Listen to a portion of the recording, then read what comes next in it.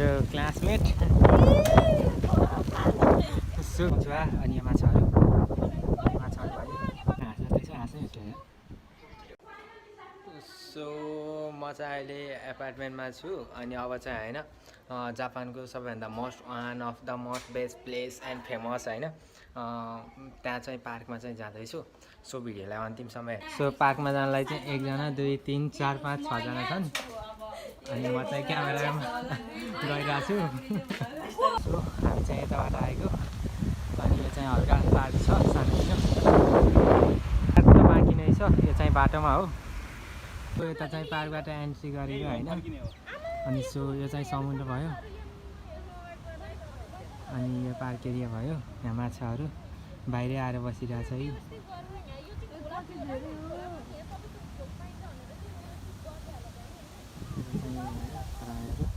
यो के भन्छ ऊ यसलाई कछुवा है कछुवा अनि यो माछाहरू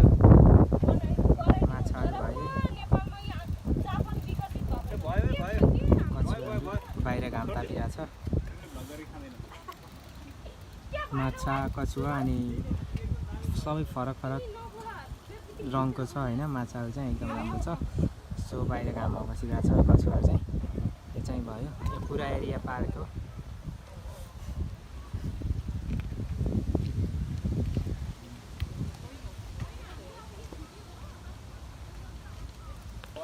सो यहाँ चाहिँ यो बसिरहेछ है। यो पनि घाम ताप्नलाई निक्लिरहेछ। सो यो चाहिँ पार्क एरिया भयो। यो पुरै उता यो पुरै देखिएको जति पार्क एरिया हो वरिपरि यता। सो अब चाहिँ यता जाउँ होइन। यो चाहिँ यहाँ भयो। त्यहाँ चाहिँ के अरे त्यो कछुवा है बबाल ठुलो कछुवा है। धेरै नै बुढो भइसकेको रहेछ।